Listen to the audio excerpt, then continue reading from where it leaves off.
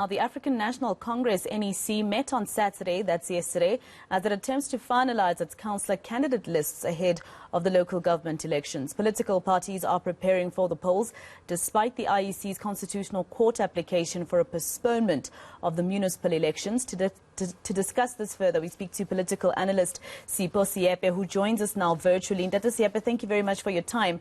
This has been a taxing week once again for the ANC, with deadline looming tomorrow. We know that during this time it's very important for the applications to actually go through, especially because ward councillor positions in the ANC have always been used as, for instance, maybe just a paycheck.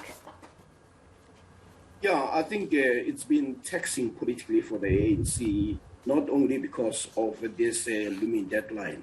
You've had the ANC which had to deal with the issue of job mukoro, because how you deal with your members also affects how people see the organization.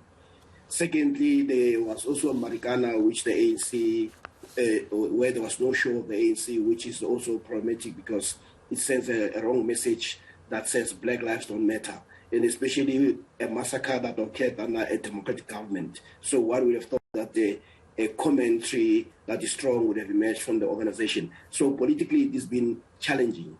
Then you also have the issue of pandemic, where there's been a decline, and the ANC has to show leadership to make sure that people are encouraged to take vaccinations and all that. But the issue of municipality has also to be consistent with the ANC's commitment to deal with the issues of corruption, and consistent with a view that says all those people who have been charged or who are also facing serious crimes or serious allegations, the ANC would want to present a posture that says we are consistent in our commitment. So effectively, this is where the problems are going to be, because at the local level, this way there's a serious contestation, because for some people it is not about saving, it is about getting a job. If a person does not get elected as a councillor, that person may not have money or resources for the next coming 5 years, and it creates a problem, and the ANC must find a way of managing those tensions in as much as it wants also to send a clear message. And Kgalema Motlanthe, who had been tasked with managing this process, has gone out even to suggest that the ANC must also be prepared to look beyond itself, to look at some members of the community who are popular and who are upright, that those people could also be considered to be on the list of the ANC. So the ANC will have to grapple with what that means, because what it also says is that it is a parliament of the people and a leading voice of the people. Whether they will take Kgalema's suggestion, it's something else. And of course, Dr. Seepe, we know about the history of the ANC when it comes to candidate lists and people killing each other. We saw that, for instance, in KZN, where people were killing each other for councillor positions. We've actually seen it also recently. I think the city of Tshwane, they were fighting about who takes up the Nelmapius municipality, and somebody was shot dead. Yes, and I think one must understand the challenge. This is why it's so important that the ANC has actually put in what is called the principles, that what type of leadership it expects, so that hoping that it will sieve out elements that should not be in the process. But we must also understand that elections are by definition a democratic expression. So you also do not want to impose people that may not be wanted, that you yourself think that these are the people who are going to represent you. Because when you do that, then you are going to be undermining that democratic expression on the ground, and you are also going to end up having instability. So there's the issue of making sure that your values and principles are upfront, and you persuade people to say these are important for these very peoples that we are trying to deal with as a party that tries to renew itself. Then secondly, we would say to the members, let us now find amongst ourselves people who are also competent, because the ANC has also put the notion of competency in it. But you must also understand that when people express themselves democratically, it is always difficult for you to say no, this person does not have these skills. And this is where the challenge is. The ANC must first find a way of balancing its intentions to deal with corruption, to present people who are competent, but at the same time without undermining the people who may be loved by the people on the ground. And also, you know, the ANC's problems seem to go deeper than just factionalism and fighting for positions in order to put food in their own mouths instead of the people that they say they want to serve. There's also this issue that we're finding out now in the media that staffers have not been paid, and now it means less administrative workers, and that means maybe this list won't be ready by tomorrow.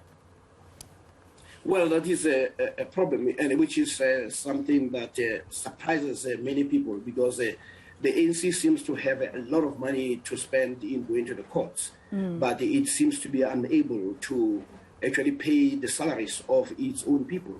Effectively, when they do so, they also undermine the Basic Labour Relations Act.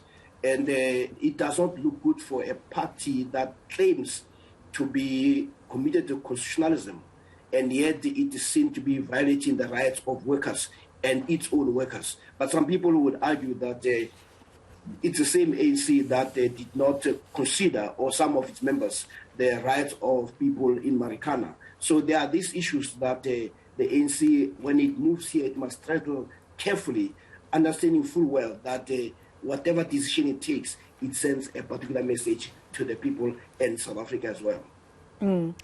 Prof, let's also go back to the Northwest in terms of Premier Job Mokgoro, going against what the IPC is saying, and saying that he'd rather meet with the first citizen of the country and not listening to the structures of his province.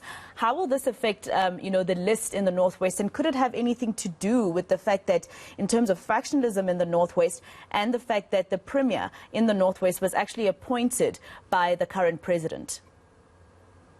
Well, it's one of those things that are unfortunate, and they actually show to us that that's why it's important to have a respect for a democratic expression.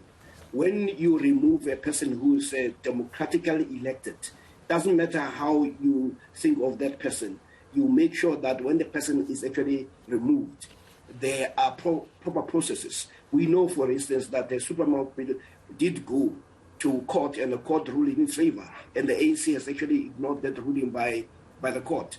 But they continue to have Job Mokgoro, and Job Mokgoro is actually correct, and it also says a lot even about him, to say he is not going to be respecting, or it does not seem to respect, the structures that have been put in place to make sure that that democratic expression is realized. Instead, he says he wants to have a meeting with the first citizen.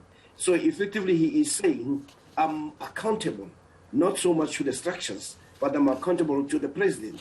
So that in itself shows that there is actually a problem with regard to how a person is appointed, and also that says if people are imposed, it is unlikely that those people will be seen as representing the people on the ground. They'll be seen as representing whoever had actually imposed them or appointed them.